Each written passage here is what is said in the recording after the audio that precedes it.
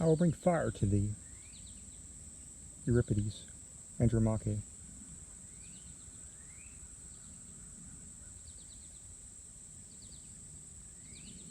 Eiros.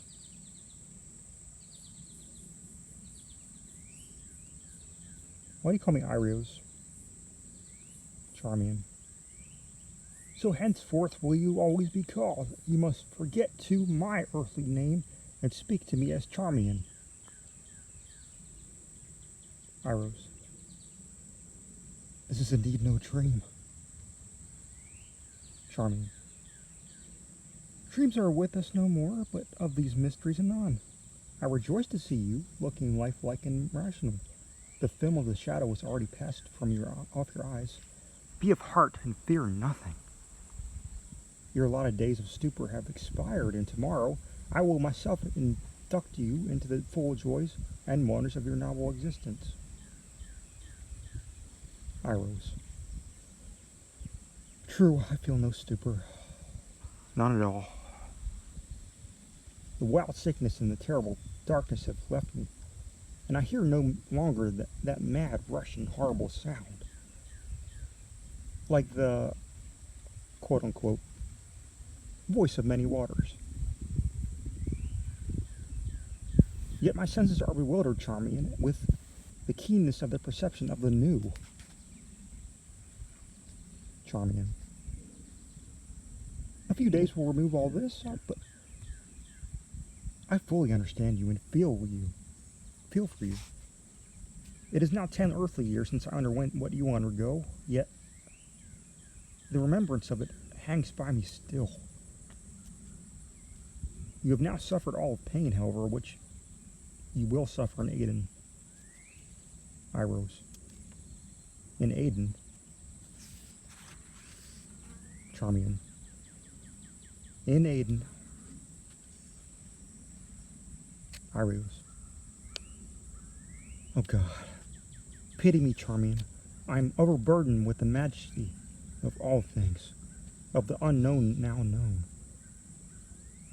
of the speculative future merged with the august and certain present. Charmion. Grapple not now with such thoughts. Tomorrow we will speak of this. Your mind wavers, and its agitation will find relief in the exercise of simple memories. Look not around nor forward, but back.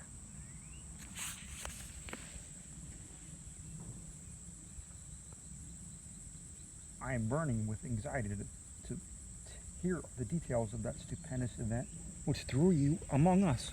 Tell me of it. Let us converse of familiar things in the old familiar language of the world, which has so fearfully perished. Eiros. Most fearfully.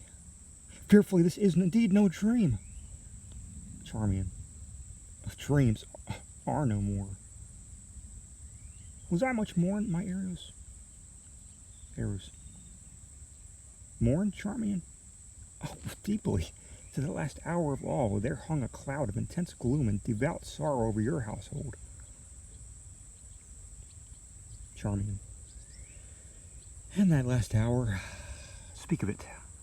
Remember that. Beyond the naked fact of the catastrophe itself, I know nothing. When coming out from among mankind, I passed into night through the grave. At that period, if I remember aright, the calamity of which overwhelmed you was utterly unanticipated. But indeed, I knew little of the speculative philosophy of the day.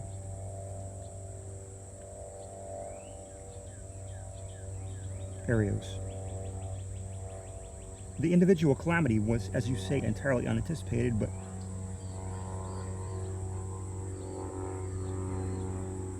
analogous misfortunes have been long a subject of discussion with astronomers.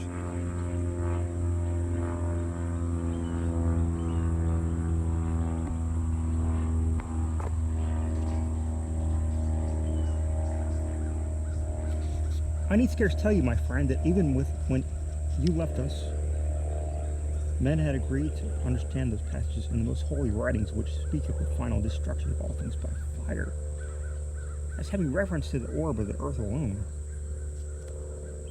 But in regard to the immediate agency of the ruin, speculation had been at fault from that epic and astronomical knowledge in which the comets had divested of the terrors of flame. The very moderate density of these bodies had been well established. They had been observed to pass among the satellites of Jupiter without bringing about any sensible alteration either in the masses or in the orbits of these secondary planets. We had long regarded their wanderers as vapory creations of inconceivable tenuity, and is altogether incapable of doing injury to our substantial globe, that even in the event of contact, but contact was not in any degree dreaded, for the elements of all the comets were accurately known.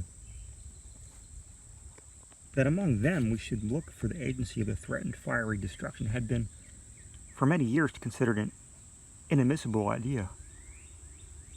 But wonders and wild fancies had been, of late days, strangely rife among mankind, and although it was only with a few of the ignorant that actual apprehension prevailed upon the announcement by astronomers of a new comet, yet this announcement was generally received with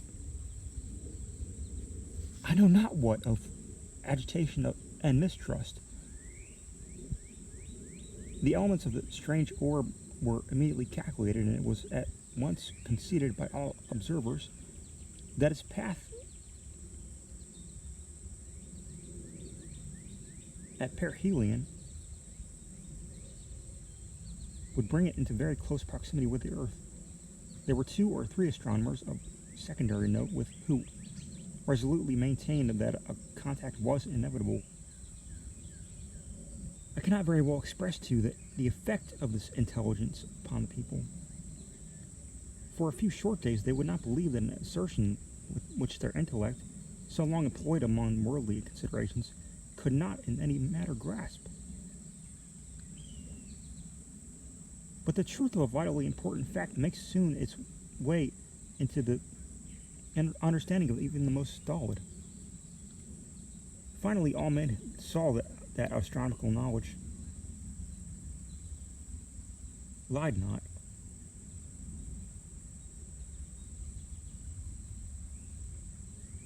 And they awaited the comet. Its approach was not at first seemingly rapid, but nor was its appearance of very unusual character. It was a very dull red, and had very little perceptible train. For 7 or 8 days we saw no material increase of it in its apparent diameter, but a partial alteration in its color. Meanwhile, the ordinary affairs of men were discarded, and all interest absorbed in a growing discussion instituted by the philosophic in respect to the cometary nature. Even the grossly ignorant aroused their sluggish capacities to such considerations.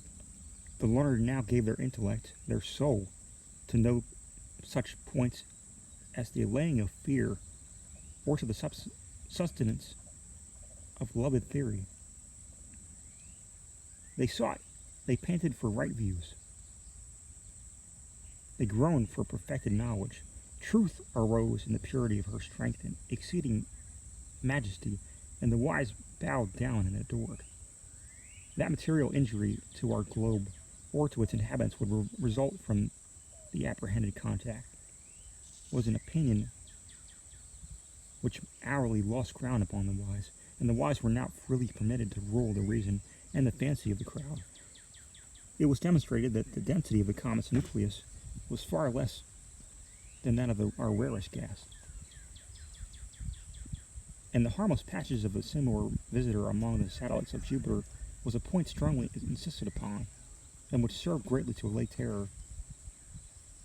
Theologists, with an earnestness fear enkindled, dwelt upon the biblical prophecies, and expounded them to the people with a directness and simplicity of which no previous instance had been known. That the final direction of the earth must be brought about by the agency of fire,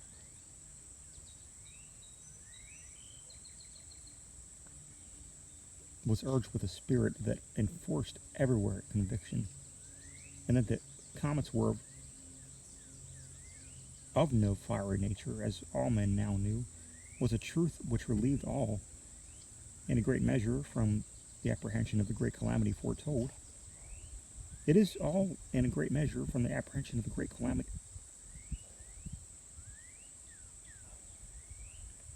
It is noticeable that the popular prejudices and vulgar errors in regard to pestilences and wars, errors which were wont to prevail upon every appearance of a comet, were now altogether unknown. As if by some sudden convulsive exertion, reason had once hurled superstition from her throne. The feeblest intellect had derived vigor from excessive interest. What minor evils might arise from the contact were a point of elaborate question. The learned spoke of slight geological disturbances, of probable alterations in climate, and consequently in vegetation of possible magnetic and electric influences. Many held that no visible or perceptible effect would in any manner be produced. While such discussions were going on, our subject gradually approached, growing larger in apparent diameter and of a more brilliant luster. Mankind had grew paler as it came. All human operations were suspended. There was an epoch in the course of the general sentiment when the comet had attained, at length, a size surpassing that of any previously recorded visitation. The people now, dismissing any lingering hope that the astronomers were wrong, experienced all the certainty of evil. The chimerical aspect of their terror was gone. The hearts of the stoutest of our race beat violently within their bosoms. A very few days sufficed, however, to merge even such feelings and sentiments more unendurable.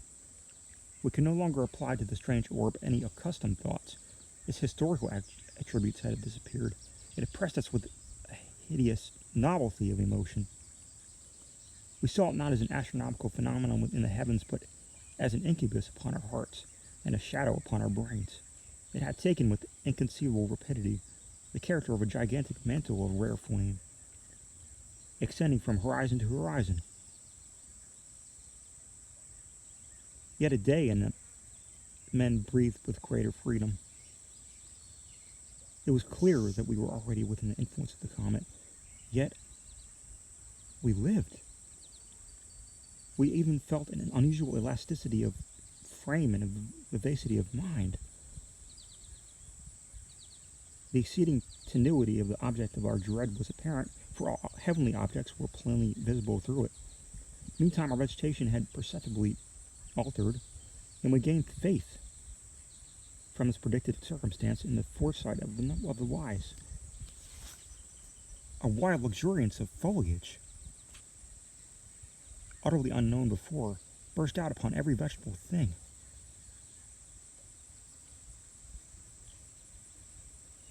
Yet another day, and the evil was not altogether upon us. It was now evident that its nucleus would first reach us. Its wild change had come over all men. And the first sense of pain was the wild signal for general lamentation and horror. The first sense of pain lay in a rigorous constriction of the breast and the lungs and insufferable dryness of the skin. It could not be denied that our atmosphere was radically affected. The conformation of this atmosphere and the possible modifications to which it might be subjected were now the topics of discussion. The result of investigation sent an electric thrill of the intensest terror through the universal heart of man.